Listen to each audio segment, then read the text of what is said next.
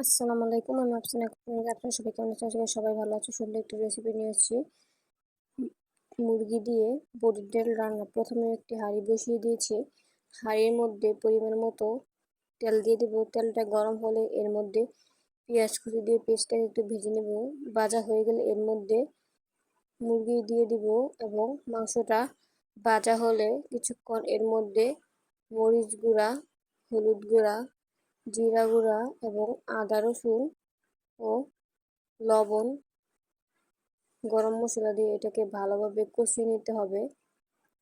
কষানো হয়ে গেলে এখন এর মধ্যে আমি আগে থেকে বড়ির ডাল ধুয়ে রাখাগুলো দিয়ে দিব। দেওয়া হয়ে গেলে একটু কষিয়ে নিব। কষানো হয়ে গেলে এখন এর মধ্যে আমি পরিমাণ মতো পানি দিয়ে দিব। পানিটা দিয়ে আরও কিছুক্ষণ ভালোভাবে কষিয়ে নেব।